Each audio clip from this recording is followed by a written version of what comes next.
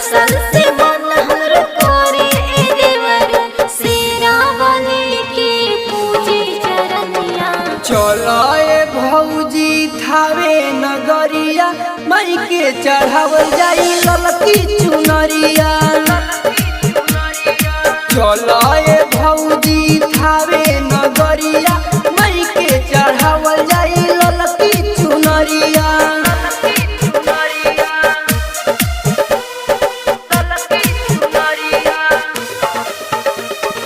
चलो ए भौजी थावे नगरिया माई के चढ़ावल जाई ललकी चुनरिया।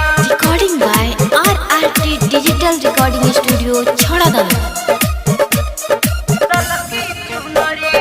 श्रद्धा से पूजला जे माँ के चरण हो,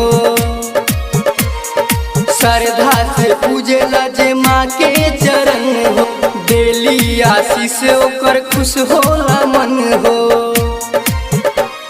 सुन ले है सपना करेली पूरा, सुन ले है सपना करेली पूरा, टेकेला माथा जे भी माई दुवरिया। चलो ए भौजी थावे नगरिया माई के चढ़ावल जाई ललकी चुनरिया। चलो ए भौजी थावे नगरिया माई के चढ़ावल जाई ललकी चुनरिया।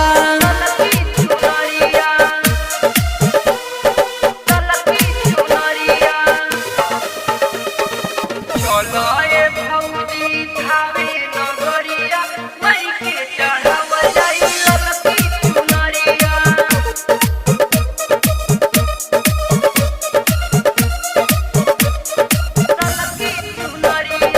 नवमी के दिन पूजा हो खेला खास हो, नवमी के दिन पूजा हो खेला खास हो, सेवकन के मैया पुरावे लियास हो। राइटर जगजीवन दिलीप प्रदीप ऋषि, राइटर जगजीवन दिलीप प्रदीप ऋषि, स्वीटी गवेली माई लचरिया। चलो ए भौजी थावे नगरिया माई के चढ़ावल जाई ललकी चुनरिया। चलो ए भौजी थावे नगरिया माई के चढ़ावल जाई ललकी चुनरिया। कैसन से मन हमरो करे ए देवरू, कैसन से मन हमरो करे ए देवरू शेरा वाली के पूजे चरनिया। चलो ए भौजी थावे नगरिया माई के चढ़ावल जाई ललकी चुनरिया। चलो ए भौजी थावे नगरिया माई के चढ़ावल जाई ललकी चुनरिया। Recording by RRT digital recording studio छड़ादाना।